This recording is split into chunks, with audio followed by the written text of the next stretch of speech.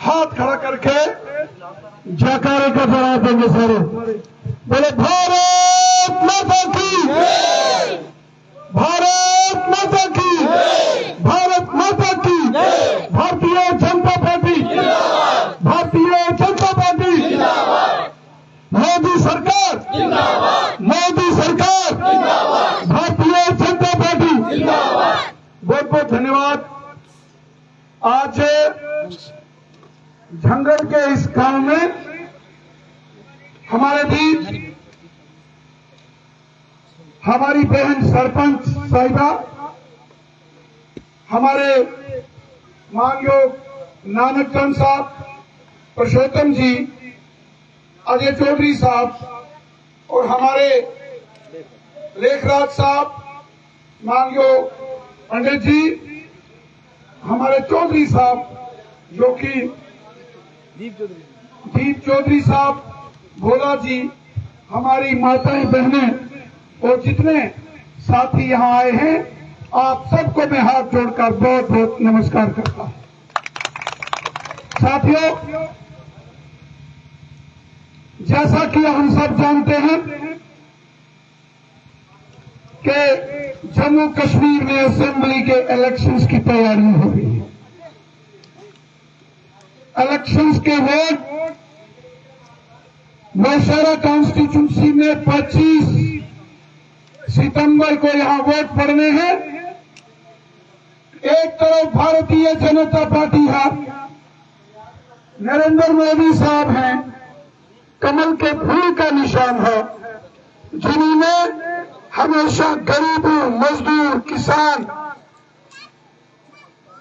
गांव, शहर, हर जगह हर इंसान का अगर किसी ने ईमानदारी के साथ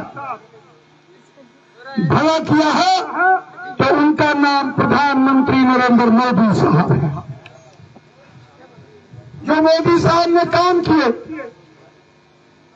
आप सब को मालूम है कि प्रधानमंत्री मोदी साहब ने जब 2014 में मोदी साहब प्रधानमंत्री बने, पिछले 10 सालों में मोदी साहब ने कितने शानदार काम यहाँ जम्मू कश्मीर और नौशहरा और झंगड़ के अंदर किए।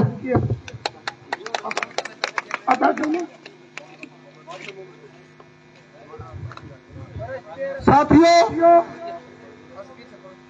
मैं इनसे गुजारिश करता हूं, थोड़ी देर के बाद पानी थोड़ी देर के बाद जब कार्यक्रम समाप्त हो जाएगा, साथियों हम सबको मालूम है कि प्रधानमंत्री मोदी साहब ने पिछले 10 साल में कितने शानदार काम किए। मोदी साहब ने गरीबों का भला किया, आम लोगों का भला किया, बॉर्डर के लोगों का भला किया। इससे पहले भी सरकारें थी,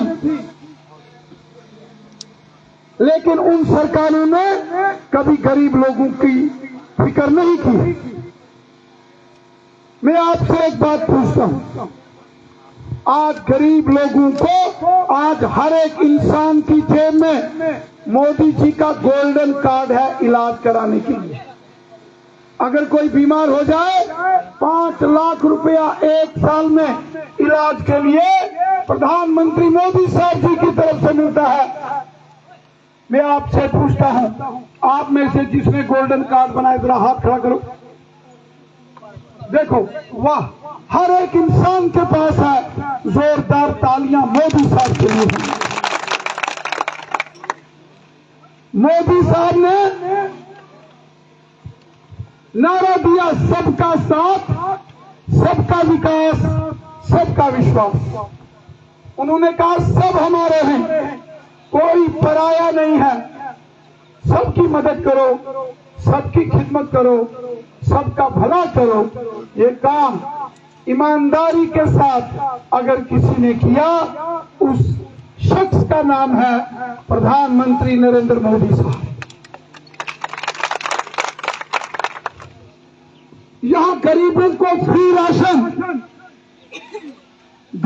लोगों को बुढ़ापा पेंशन 1000 किसानों के खाते में 6,000 और सबसे बड़ी बात, जिन परिवारों के पास मकान नहीं थे, छत नहीं थी, उनको मकान देने का काम, उनको घर बनाकर उनको घर देने का काम अगर किसी ने किया, हमारे प्रधानमंत्री नरेंद्र मोदी साहब।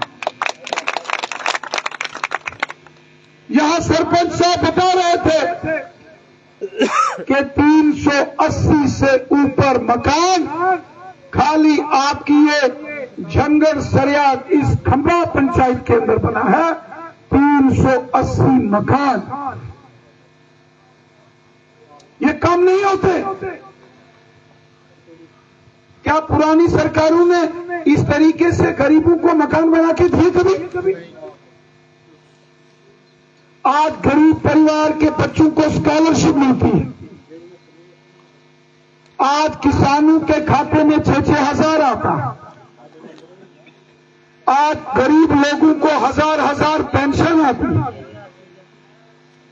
आज मोदी साहब ने गरीब लोगों के मकान बनाए, गरीब लोगों के घरों में टॉयलेट बाथरूम बनाए, गरीब लोगों को फ्री राशन मोदी साहब दे रहे हैं और गोल्डन कार्ड, अगर कोई बीमार हो जाए इलाज के लिए 1 साल में 5-5 लाख अगर कोई देता है, प्रधानमंत्री नरेंद्र मोदी साहब देते हैं। मैं सवाल पूछता हूं एनसी के लोगों से, आज एक साइड प्रधानमंत्री नरेंद्र मोदी साहब हैं, भारतीय जनता पार्टी कमल के फूल का निशान है, और इस इलेक्शन में हमारे सामने जो दूसरी पार्टी है उसका नाम एनसी है, उसका लीडर का नाम है डॉक्टर फारूक अब्दुल्ला। आपने कल परसों डॉक्टर फारूक अब्दुल्ला का बयान सुना है? सुना जनाब? क्या बयान दिया जनाब उन्होंने? सर उन्होंने बोला है कि जो मिलिटेंट जेलों के अंदर है उनको बाहर निकालो, बाकी जो शहीद हो गए उनको 1 करोड़ रुपए देना है। उसके बाद उन्होंने बोला कि जो बॉर्डर पे क्रॉसिंग हो रही है वो आर्मी वाले करवा रहे हैं। देखो कितना गलत बयान, शेम होनी चाहिए, शेम।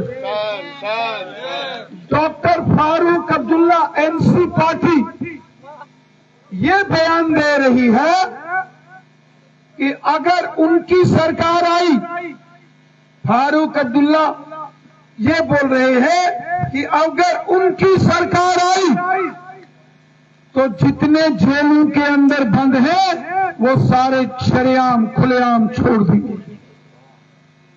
मैं आपसे एक सवाल पूछता हूं, आपसे पूछता हूं, आप बताओ, जो जेलों के अंदर बंद है क्या उनको छोड़ना चाहिए?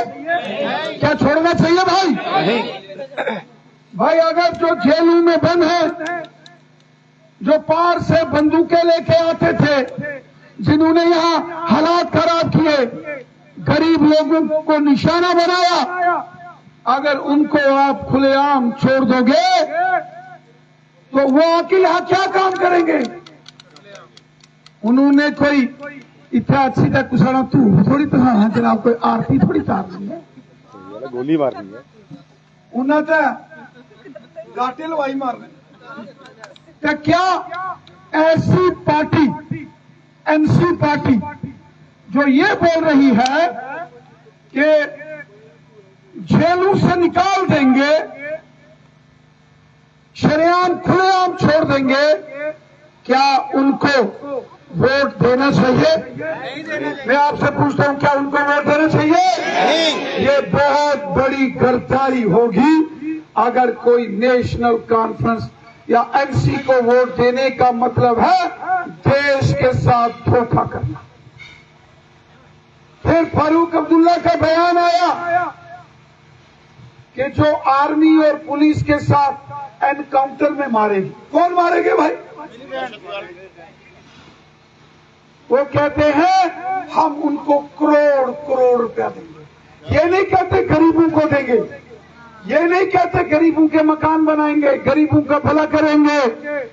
वो ये कहते हैं जो एनकाउंटर में मारेंगे उनके घर वालों को करोड़ करोड़ देंगे। और फिर एक बहुत बड़ी गलत बात जो फारूक अब्दुल्ला ने बोली है,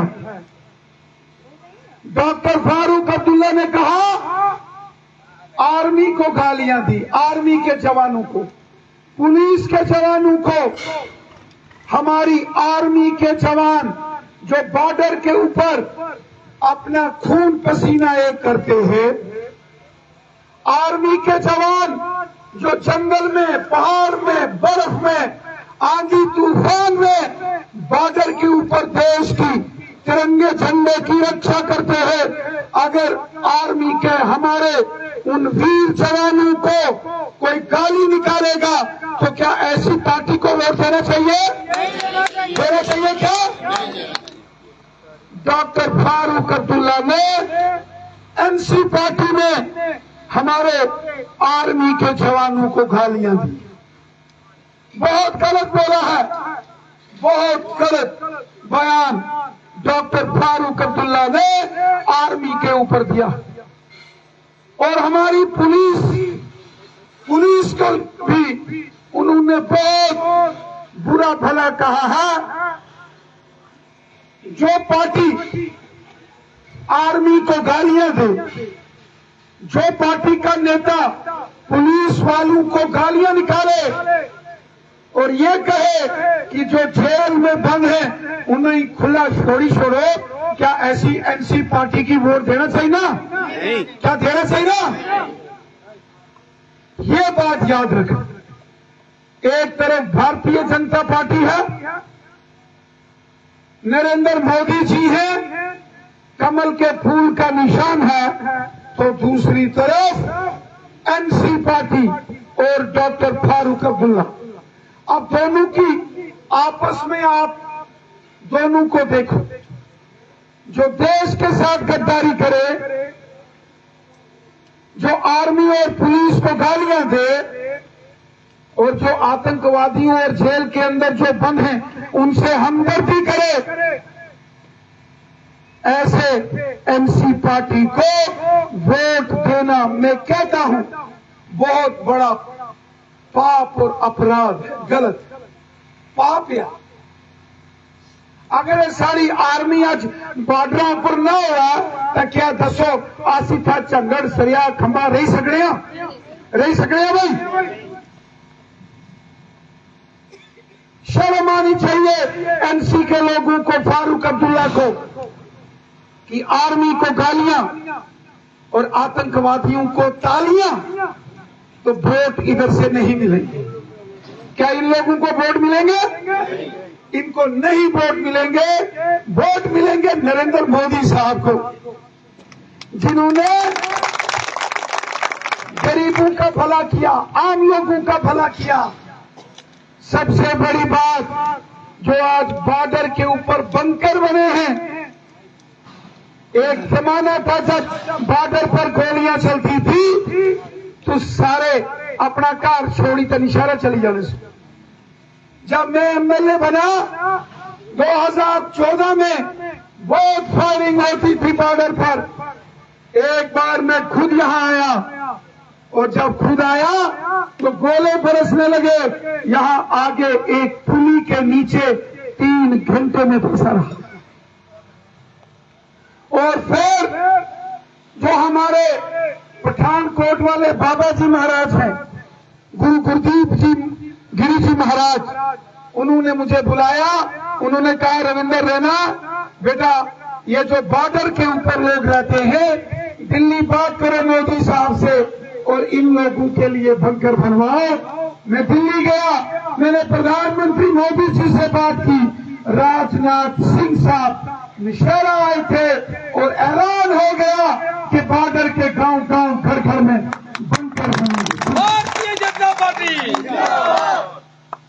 आज ज्यादातर घरों में बंकर बने हैं, मोहल्लों में कम्युनिटी बंकर बने हैं। ये बीजेपी की देन है। आज गरीबों का भला हुआ जनता पार्टी की देन है। और आज इस बॉर्डर के ऊपर जो एक बड़ी सड़क हाईवे बन रहा है वो नरेंद्र मोदी साहब की और बीजेपी की देन।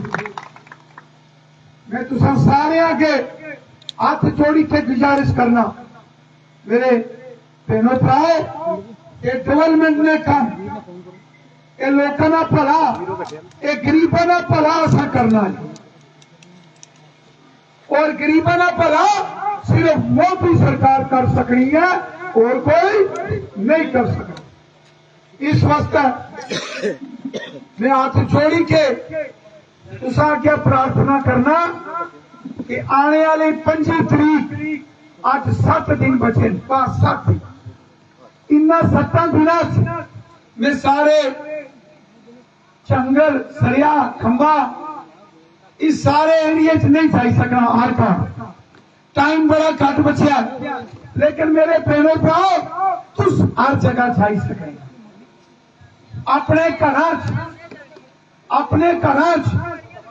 अपने घर सारे ही समझाना, अपने महल्ले सारे लोगों को समझाना, अपने घर और जिथे जिथे रिश्तेदारी है जिथे जिथे जान पछान है भाईचारा है अपनी रिश्तेदारी है उठे उठे संदेश ये पैगाम तुसा पहुंचाना कि असा मोदी साहब भारतीय जनता पार्टी कमल ने फुले ने निशान ना बटन दबाई के मोदी साहब की जिताना ना कि ओ पार्टियां जड़ियां